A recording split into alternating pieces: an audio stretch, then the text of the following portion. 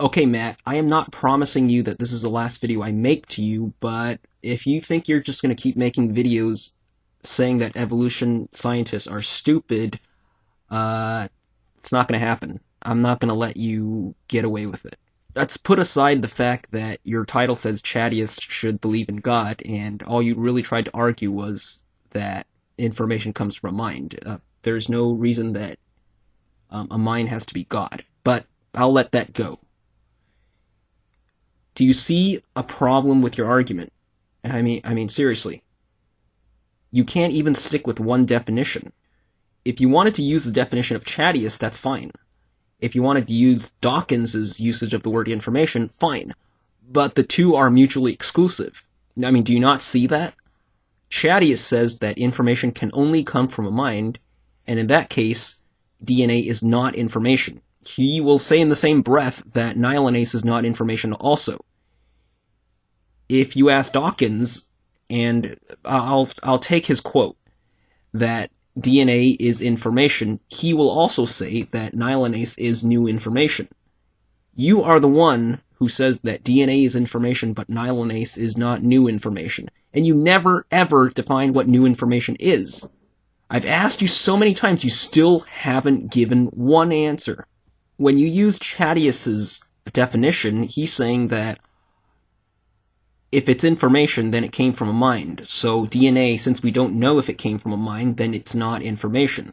That's his definition, and I'm willing to bet he's going to stick with that. And if he changes that, he'll define it again for you.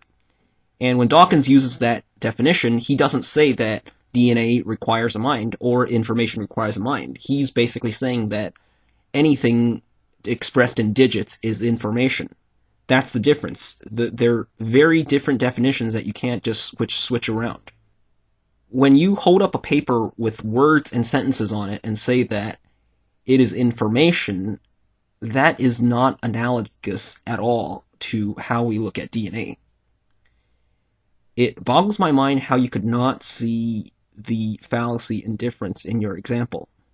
The reason you could hold up a paper and say this is information is because you happen to read the language that is written on it. I'm guessing it's English or French.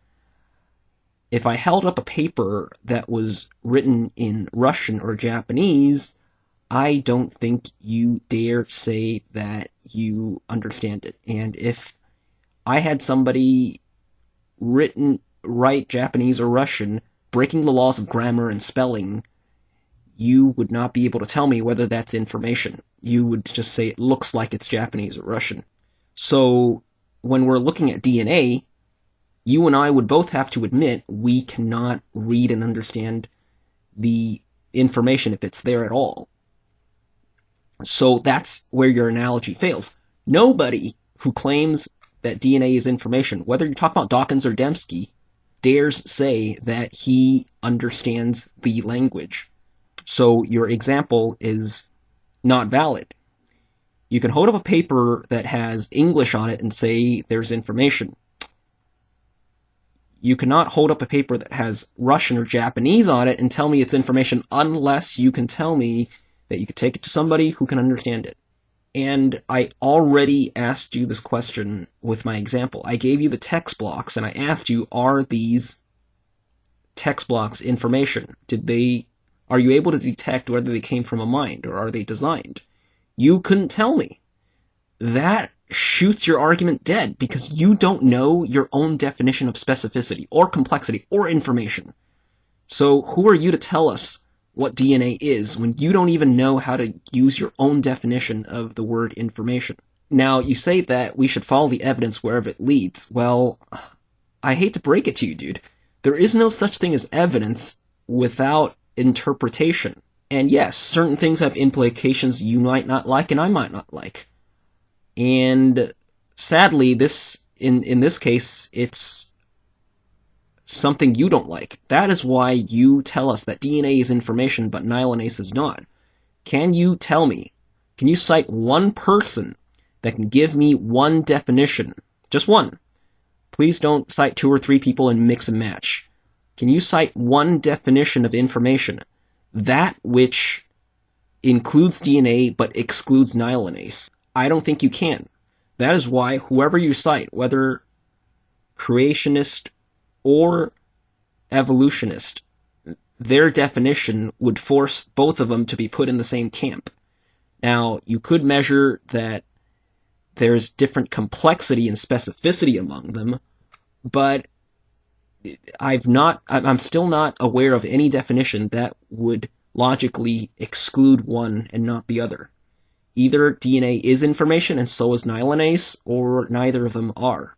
Again, you mixed and matched pretty dishonestly that Dawkins says DNA is information, and then Chattius saying that information can only come from a mind.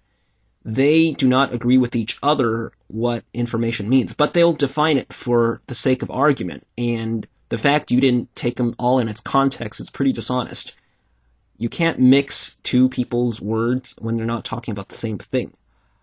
I guarantee you when Dawkins says that DNA is information or contains information, he would not say that information requires a mind, ever. And when Chattius says that information has to come from a mind, he would not say either DNA or myelinase are considered information. He would say, in order to be information, it has to be of a known author. Period. So if you don't mind, get your definition together before you want to make another argument. Alright?